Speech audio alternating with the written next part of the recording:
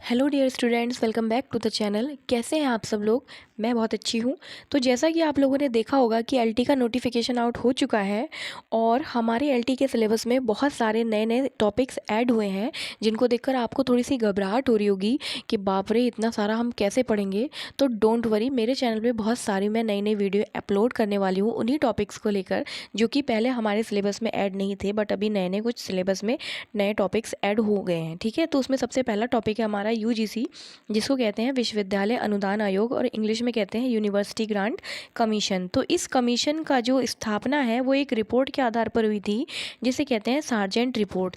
ये रिपोर्ट 1944 में दी गई थी, जिसमें ये सिफारिश की गई थी कि हमारे भारत में एक ऐसा आयोग होना चाहिए जिससे उच्च शिक्षा को कंट्रोल करने का पूरा दारोमदार दे दिया जाए। तो इस कमेटी की सिफारिश पर 1946 में विश्वविद्यालय अनुदान आयोग, नहीं मतलब विश्वविद्यालय अनुदान समिति यानी कि यूनिवर्सिटी ग्रांट कमीशन की स्थापना की गई। इसमें अलीगढ़, बनारस और बरेली के विद्यालयों की देखरेख करने का जिम्मा दिया गया था। लेकिन जब हम स्वतंत्र हुए तो स्वतंत्रता के बाद एक और आयोग आया, जिसे कहते हैं हम राधा कृष्णन आयोग, और उस आयोग की सिफारिश थी कि विश्वविद्यालय अनुदान समिति का नाम बदलकर रख दिया जाए विश्वविद्यालय अनुदान आयोग, और इसमें भारत के सभी कॉलेजेस को संभालने की और उच्च शिक्षा को संभालने की जिम्मेदारी दे दी जाए। तो इसकी स्थापना हुई 28 दिसंबर 1953 को, और 1956 में इसे संसद ने एक अधिनियम द्वारा औपचारिक रूप से स्थापित मान लिया, मतलब इसको एक वैधानिक संगठन का दर्जा दे दिया गया। यह विश्वविद्यालय स्तर की शिक्षा को बनाए रखने के लिए स्थापित किया गया था, और विश्वविद्यालय की शिक्षण, परीक्षा और अनुसंधान की देखरेख करना इसका मुख्य कार्य था। ये भारत में विश्वविद्यालयों को मान्यता प्रदान करता था और धन वितरित भी करता था। मतलब ये मान्यता तो प्रदान करता था, लेकिन साथ में विद्यालयों को धन भी देता था कि जिससे कि उनकी कंडीशन और अच्छी हो सके।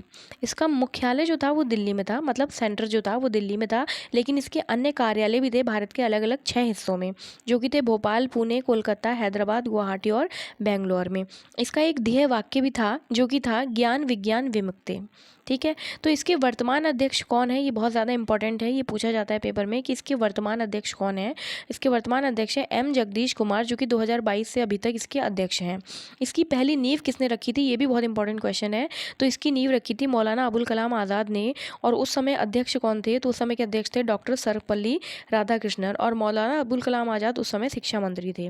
अध्यक्ष का कार्यकाल कितने वर्ष का होता है, ये भी बहुत इंपॉर्टेंट है। ये 5 वर्ष का इसका कार्यकाल होता है, और उपाध्यक्ष और अन्य सदस्यों का कार्यकाल होता है 3 वर्ष का। कभी कभी पेपर में ये क्वेश्चन भी पूछा जाता है कि इसमें कुल कितने सदस्य हैं, तो कुल इसमें 10 सदस्य होते हैं। एक अध्यक्ष होता है, एक उपाध्यक्ष होता है, अन्य 10 सदस्य होते हैं। इसमें एक सचिव भी होता है। अच्छा, इसके अंतर्गत कुल कितनी संस्थाएं आती हैं, तो इसके अंतर्गत हैं कुल 15 संस्थाएं, और इन संस्थाओं के नाम और फुल फॉर्म जो है वो आपसे पूछे जाते हैं। आप एक बार देख लेना, सबको अच्छे से लर्न कर लेना, ठीक है, लिख लेना इसको कॉपी में। तो सबसे पहला है AICTE, अखिल भारतीय तकनीकी शिक्षा परिषद। दूसरा है MCI, भारतीय चिकित्सा परिषद। तीसरा है ICAR, भारतीय कृषि अनुसंधान परिषद। चौथा है DEC, दूर शिक्षा परिषद। BCI, भारतीय बार परिषद। NCTE, राष्ट्रीय शिक्षक शिक्षा परिषद। RCI, भारतीय पुनर्वास परिषद। MCI, भारतीय चिकित्सा परिषद। PCI, भारतीय फार्मेसी परिषद। INC, भारतीय नर्सिंग परिषद। DCI, भारतीय दंत चिकित्सा परिषद। CCH, केंद्रीय होम्योपैथी परिषद। CCIM, केंद्रीय भारतीय औषधि परिषद। तो इतनी सारी होती हैं, इनमें से किसी की भी फुल फॉर्म आपसे पूछ सकते हैं, तो ये सब आप रट डालिए बढ़िया करके इनको अच्छे से, है ना, इनमें से कुछ भी पूछ सकते हैं।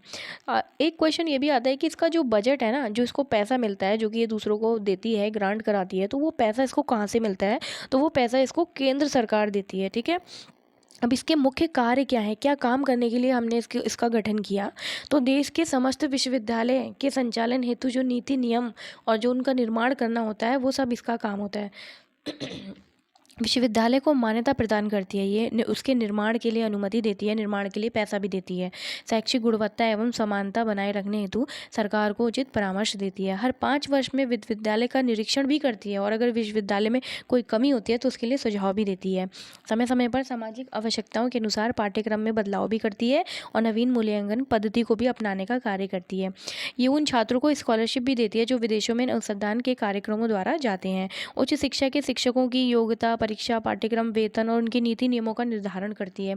शिक्षकों की पदोन्नति और ट्रांसफ़र की जिम्मेदारी भी इसी की होती है। शिक्षक शिक्षा हेतु नया पाठ्यक्रम बनाना, पाठ्यक्रम में कुछ संशोधन करना और जो आवश्यक योग्यताएं हैं वो सब निर्धारण करना भी इसी का काम होता है। और जो नए नियम और कानून बनाने होते हैं उनको लागू कराना भी इसी का काम होता है। आवश्यकता के अनुसार विश्वविद्यालय में कार्यक्रम और समारोह कराना भी इसका काम होता है।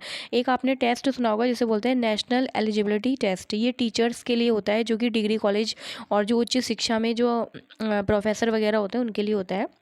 तो जो लोग ये NET क्वालिफाई कर लेते हैं फिर उन्हीं की जॉब लगती है ना डिग्री कॉलेजेस में। तो ये जो NET है इसका आयोजन पहले UGC ही कराता था 2018 तक, लेकिन 2018 के बाद एक साल NTA ने भी इसका आयोजन कराया था। NTA क्या है? नेशनल टेस्टिंग एजेंसी है, इसने नेट का एग्ज़ाम करा रखा है पहले। अच्छा, UGC के सबसे पहले अध्यक्ष कौन थे? कभी कभी ये भी पूछा जाता है पहले में पेपर में। तो इसका सबसे पहला अध्यक्ष था शांति स्वरूप भटनागर सर थे, और इसके दूसरे अध्यक्ष थे हुमायूं कबीर। ठीक है। UGC किस निधि से विश्वविद्यालय को अनुदान देती है? तो वो समेकित निधि कहलाती है। ये भी बहुत इंपॉर्टेंट क्वेश्चन है कि किस निधि द्वारा विश्वविद्यालय का अनुदान उपलब्ध कराया जाता है। तो UGC की समेकित निधि द्वारा। UGC के मुख्य तो दो ही कार्य क्षेत्र होते हैं, एक तो शिक्षा की व्यवस्था करना और दूसरा अनुदान यानी कि पैसा प्रोवाइड कराना। ठीक है।